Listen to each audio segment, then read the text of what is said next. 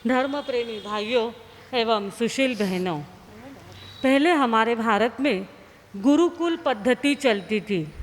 बच्चों को पढ़ने के लिए गुरुकुल में भेजा जाता था। जब बच्चा 5 साल का 7 साल का हो जाता था तो माँ बाप उसे पढ़ाई करने के लिए अपने से दूर जंगल में जहाँ गुरुकुल रहते थे वहाँ पे बच्चों को भेजा जाता था और वहाँ पे जाके बच्चे 12 साल तक रहते थे। वहाँ गुरुकुल में बच्चे 12 साल तक रहते थे, पढ़ाई करते थे और उनको उनके जो गुरुदेव रहते थे वो इतनी सुंदर पढ़ाई कराते थे। सुबह 4 बजे उनको उठाकर उनसे ओमकार का जाप करवा के लेते थे। उनको जीवन की इतनी सुंदर सुंदर बातें सिखाते थे, साथ में शिक्षा भी देते थे। और पहले ज़माने में कैसा था, जीवन और शिक्षण दोनों साथ में चलते थे। क्या चलता था गुरुकुलों में? जीवन और शिक्षण दोनों साथ में चलते थे।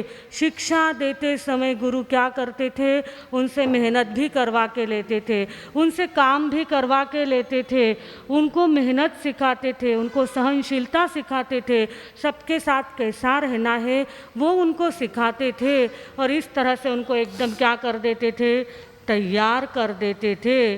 और उससे ही उल्टा आज हम देख रहे हैं, उससे उल्टा आज की शिक्षण पद्धति में हम देखते हैं कि शिक्षण तो बहुत बढ़ गया है, बच्चे शिक्षा भी बहुत ले रहे हैं, उच्च शिक्षित बन रहे हैं, अमेरिका जा रहे हैं, वहाँ पे भी पढ़ाई कर रहे हैं जाके, और वहाँ जाके भी वो उच्च पदों पर जा रहे हैं, पर सिर्फ शिक्षा ले रहे हैं। उसके साथ जो जीवन की दीक्षा होनी चाहिए वो उनको आजकल मिलती नहीं है। वो पढ़ लिख के तैयार तो हो जाते हैं, परंतु जब जीवन के क्षेत्र में जब उतरते हैं तो उनसे मेहनत नहीं होती, एक दूसरे को वो सहन नहीं कर पाते हैं। लड़कियां भी बहुत ज़्यादा पढ़ जाती हैं पर क्या कहती है, हम रसोई नहीं बनाएगी। और इस तरह से जो जीवन जीने की एक कला होनी चाहिए, एक ढंग होना चाहिए, ये आजकल जल्दी से आता नहीं है। बच्चे पढ़ लिख तो जाते हैं और जब जीवन के क्षेत्र में उतरते हैं तब वो तालमेल नहीं बिठा पाते, मेहनत नहीं कर पाते, सहनशील नहीं रहते। फिर उनके जीवन में क्या हो जाता है, डिप्रेशन आ जाता है। कोई कोई तो डिप्रेशन में आके आत्महत्या भी कर लेते हैं।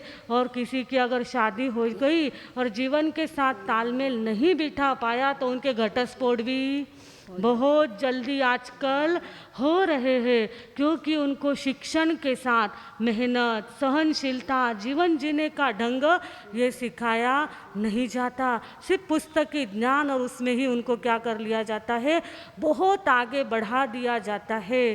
परंतु पहले जो गुरुकुल रहते थे उसमें शिक्षण के साथ जीवन जीने की कला भी सिखाई जाती थी। गुरु ऐसे बच्चों को तैयार करते थे कि वो जीवन के क्षेत्र में कहीं भी जाए, जैसे एक खड़कता सिक्का होता है, चलता सिक्का होता है, वो कहीं भी डालो तो वो क्या होता है, चलता है। ऐसे उनका जीवन बन जाता था और जीवन के हर क्षेत्र में वो क्या करते थे, सफलता प्राप्त करते थे। ऐसे ये गुरुकुल था और गुरुकुल में बच्चे पढ़ रहे थे। और उस समय कैसा था कि जैसे आजकल निश्चित समय रहता है कि 6 महीने से परीक्षा होगी, 12 महीने से परीक्षा होगी, बीच बीच में एक महीने में टेस्ट लिए जाते हैं, बच्चों के टेस्ट होते हैं। परंतु पहले ऐसे परीक्षाएं नहीं होती थी। गुरु के मन में जब भी आया तो इंस्टेंट वो क्या करते थे, इंस्टेंट बच्चों की परीक्षा ले लेते थे।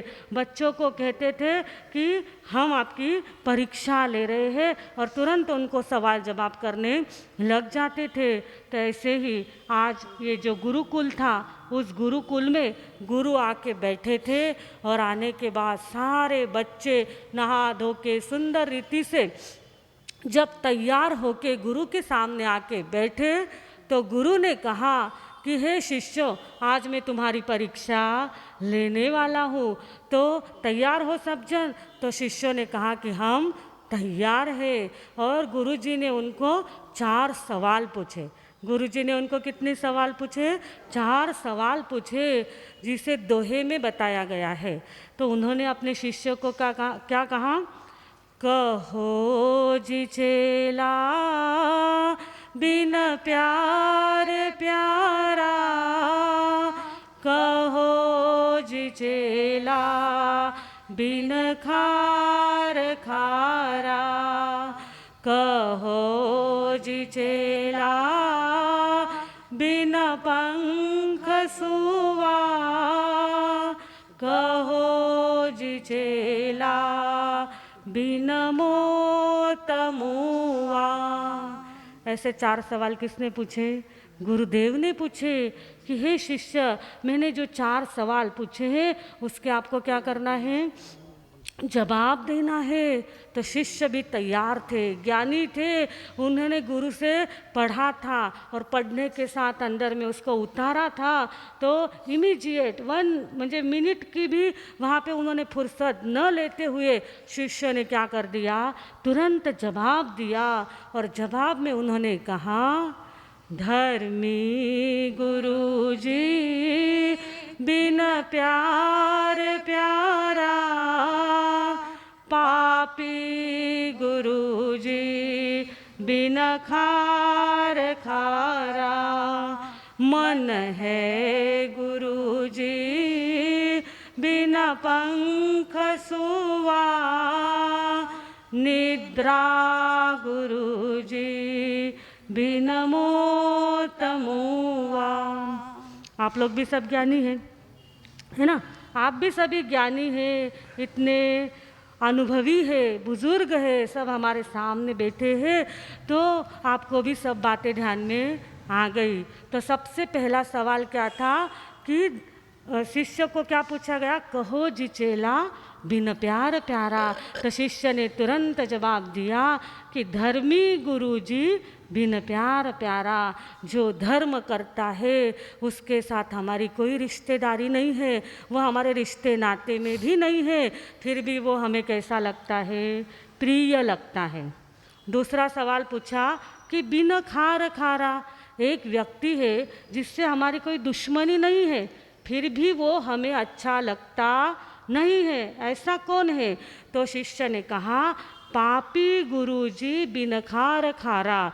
जो पाप करता है, जिसका मन पाप में लगा हुआ है, जो दिन भर पाप प्रवृत्ति करता है, तो वो व्यक्ति कैसा है? हमें अच्छा नहीं लगता है। जैसे आप बहुत सुंदर रीति से तैयार होके घर से यहाँ पे स्थानक में आ रहे हैं, आपके मन में क्या है? धर्म करने की भावना है, और उतने में ही आपको सामने अगर कोई दिख गया कि हाथ में बकरे लेके जा रहा है, तो आपको तुरंत कैसा होता है? उसको देख के अच्छा नहीं लगता है। कसाई को देख के अच्छा लगता है क्या? नहीं लगता। एक आध झगड़ालू स्त्री होती है, उसके सुबह सुबह दर्शन हो गए तो अच्छा लगता है क्या? बोलो, आप बोल सकते हैं ना? हाँ या ना तो बोल सकते हैं ना? समझ रही ना मैं जो बात कह रही हूँ? वो एक आध झगड़ालू स्त्री के सुबह सुबह दर्शन हो गए तो मन कैसा हो जाता है? अरे कठू यानो मुंडो देख लियो, आज रो दिन किसो जाइला। तर पापी, जो व्यक्ति पापी होता है उसका सवेरे दर्शन भी अच्छा लगता नहीं है। उससे हमारी कोई दुश्मनी नहीं है, पर वो सवेरे सवेरे दिखा हुआ अच्छा लगता नहीं है। फिर कहा कि बिना पंख के रात दिन कौन उड़ते रहता है? क्या कहा? बिना पंख के रात दिन कौन उड़ते रहता है? तो शिष्य ने तुरंत जवाब दिया कि मन है गुरुजी बिन पंख सुवा। हमारा जो ये मन है ना, ये दिन रात भागता रहता है, दौड़ता रहता है। अभी भी सभी धर्म सभा में बैठे हैं, परंतु ध्यान कहाँ पे है? घरे बराबर लॉक लगाने आया कि नहीं आया? दूध फ्रिज में रखो कि अपन बाहर से रखने भूलने आएगा? आजकल भूलने की भी बहुत आदत पड़ गई है। व्याख्यान जल्दी ख़त्म हुईला कि नहीं? भाई लोग के क्या विचार करते हैं? व्याख्यान 10 बजा ख़त्म हुईला कि नहीं हुईला? आज मैंने जल्दी ऑर्डर देवन वास्ते जाऊनो है। तो इस तरह यहाँ पे अभी बैठे हैं, पर ये मन कहाँ कहाँ घूमता है। यहाँ से अमेरिका भी चला जाता है, यहाँ से देश विदेश में चला जाता है, और घूम घाम के वापस मारसा पूछो कई चाले तो के घनी कम्मा है ना, घनी खम्मा मस्त चाले हमारे साहब। तो इस तरह से ये मन क्या है, बिना पंख के पूरे देश विदेश में घूम के आ जाता है। और लास्ट में कहा कि बिन मोत मुआ, हम अभी तक मरे नहीं हैं, परंतु मृत्यु जैसा हमारी स्थिति कब हो जाती है?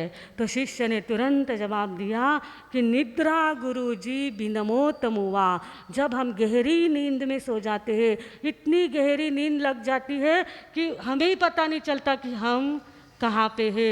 तो उस समय हमारी स्थिति कैसी हो जाती है, बिना मौत की मौत हो जाती है। उस समय हमें दुनिया का कुछ भी उस समय भान रहता नहीं है। इस तरह से 4 सवाल गुरु ने पूछे और शिष्य ने इंस्टेंट उनके क्या कर दिए, जवाब दे दिए। तो हमने देखा कि धर्मी गुरु जी बिन प्यार प्यारा, जो धर्म करता है वो हमें बिना ही प्यार के प्यारा लगने लग जाता है। एक छोटा सा बालक है समझो, और उसने आके कहा कि मुझे उपवास करना है। तुरंत हमारे साहब के मन में भी क्या हो जाता है, प्रेम जागता है। अरे भैया तेरे से होगा कि नहीं होगा, तो इतना छोटा है अभी तक, परंतु वो क्या कहता है, नहीं मार साहब मुझे आज तो क्या करना है, उपवास करना है। आज एक छोटा बच्चा सामयिक लेके बैठा है तो तुरंत हमें अच्छा लगता है। कोई युवा लोग यहाँ प्रवचन सुनने के लिए आ जाते हैं तो हमें अच्छा लगता है। उसी दिन महावीर भाव ने कहा था कि आप तो आते ही है, पर आपके बच्चे अब क्या होने चाहिए, स्थानक में आने चाहिए। और हम देखते हैं कि हमारे राजेंद्र जी मुत्था रोज़ सामयिक लेके यहाँ पे बैठते हैं, और उनका बेटा वीरेंद्र मुत्था वो भी रोज़ यहाँ पे जब से चातुर्मास प्रारंभ हुआ है सामयिक लेके बैठता है। सामयिक साधु के वेश में, सामयिक के वेश में वो सामयिक लेके यहाँ पे बैठते हैं।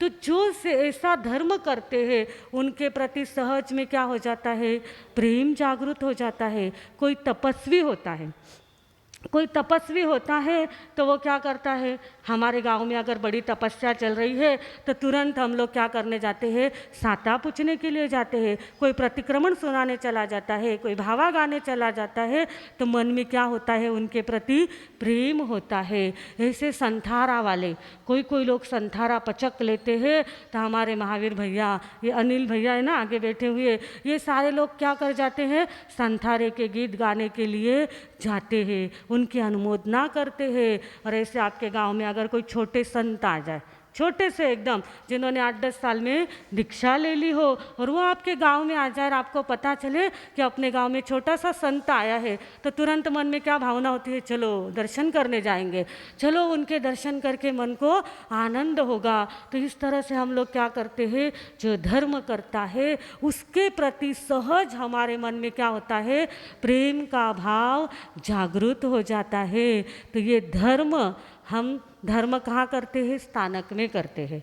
और धर्मी व्यक्ति हमें अच्छा लगता है तो हमारे जीवन में क्या आना चाहिए, धर्म आना चाहिए। हमारे जीवन में क्या आना चाहिए, धर्म। क्योंकि धर्मी व्यक्ति प्यारा लगता है, प्रिय लगता है, उससे हमारी कोई रिश्तेदारी नहीं है, फिर भी वो हमें अच्छा लगता है। तो धर्म क्या होना चाहिए, हमारे जीवन में आना चाहिए।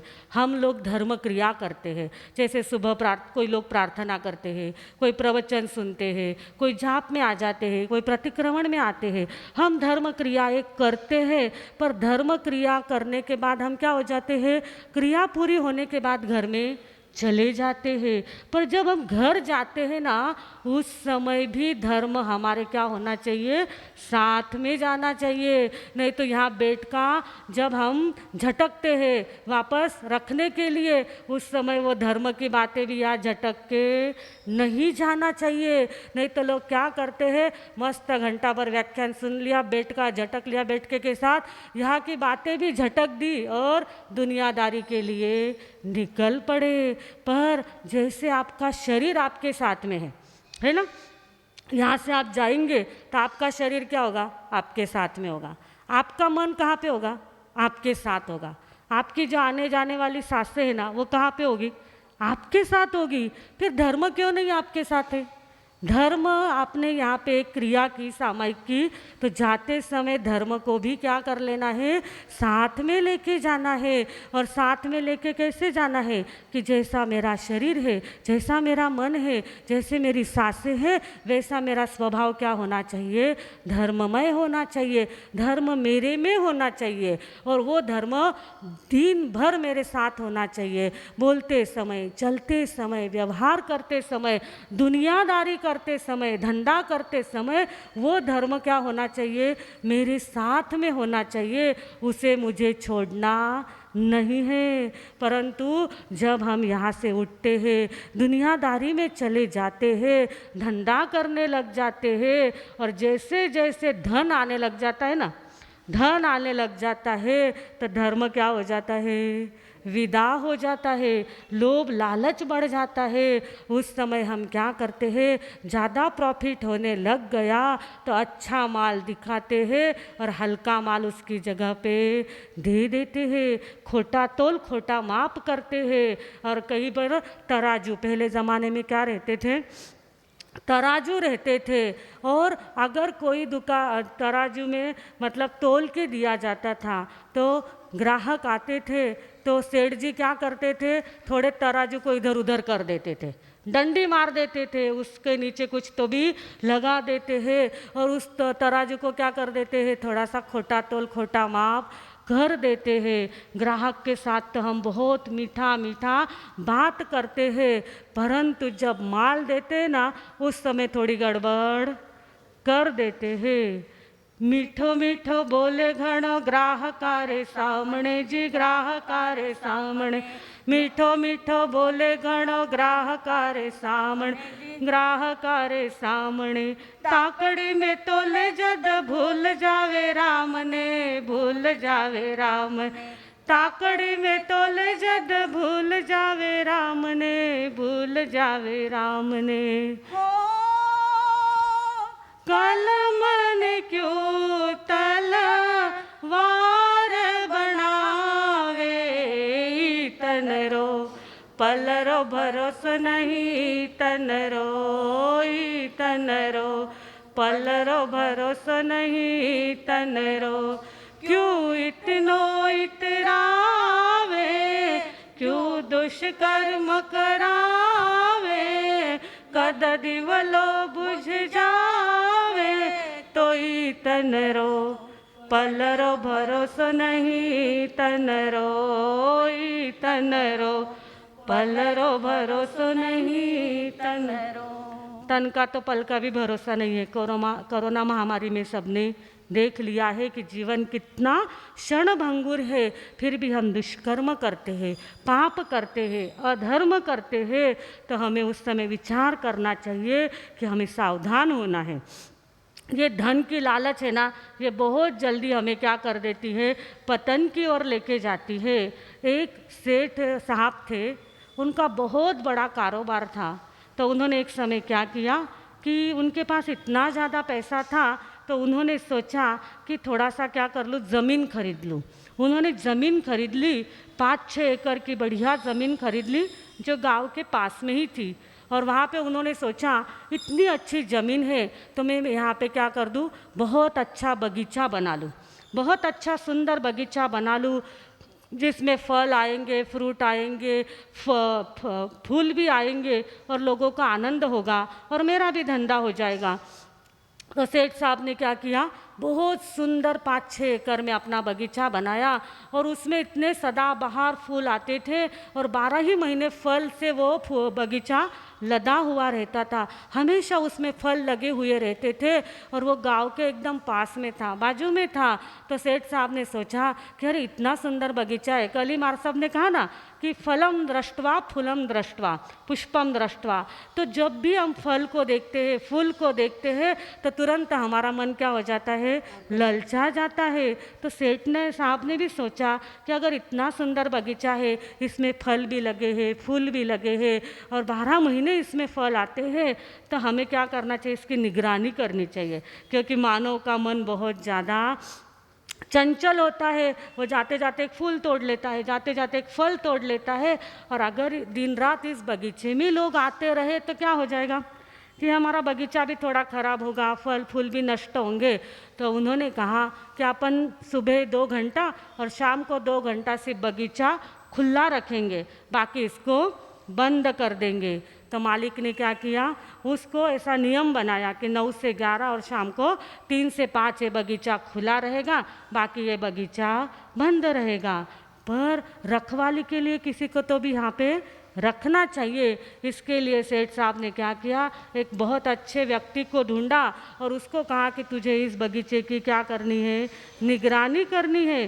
सुबह और शाम 2 ही समय इसको क्या करना है, खोलना है। बाकी के समय कोई भी आए, क्या कहा, बाकी के समय कोई भी आए तो बगीचे को खोलना नहीं है।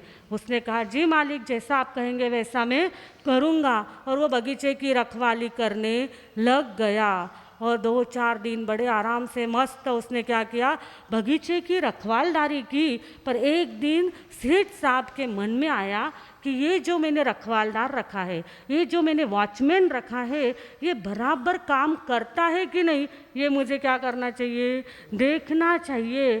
तो सेठ साहब ने क्या किया, वेश बदला, अपना वेश बदला और वो जब बगीचा बंद होने का समय था उस समय गए।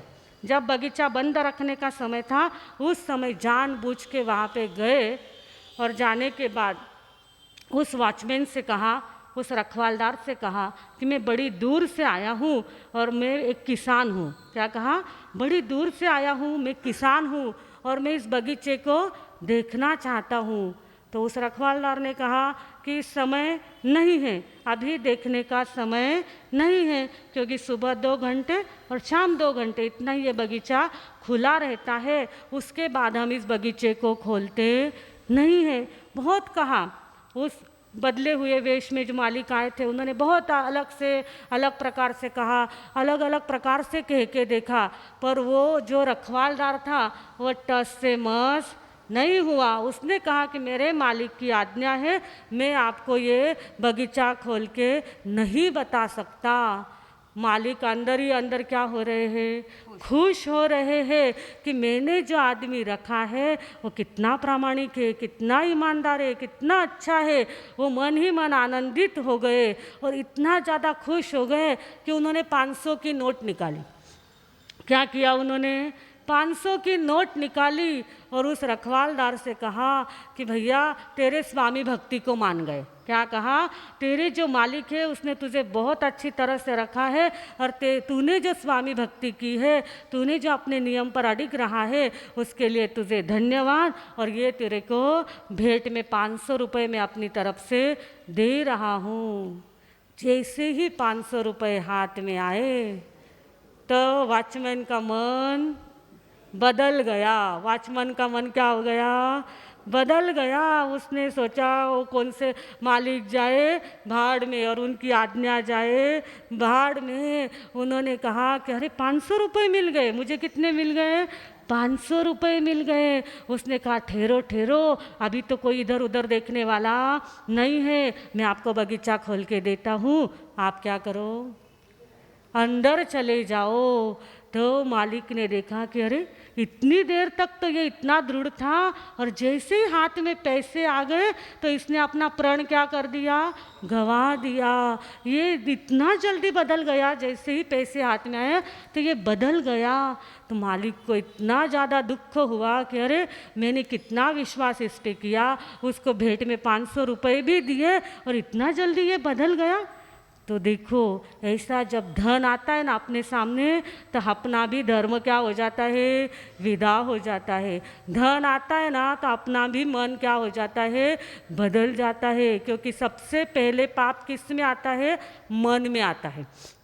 सबसे पहले पाप कहाँ पे उदित होता है, मन में उदित होता है।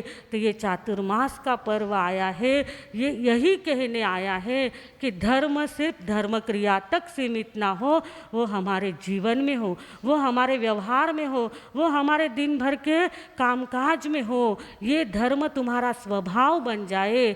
और ये धर्म अगर हमें अपना स्वभाव बनाना है तो उसके लिए पहले हमें अपने मन को समझना पड़ेगा। मन की शुद्धि, हमने किसकी शुद्धि देखी? भाव की शुद्धि देखी, हृदय की शुद्धि देखी। अब हमें मन को शुद्ध करना है, तो ये मन कैसे शुद्ध होगा, उसके लिए हमें क्या क्या उपाय करने हैं, ये आने वाले दिनों में हम देखते जाएंगे। और इतना ही बोल के अब मैं विराम लेती हूँ।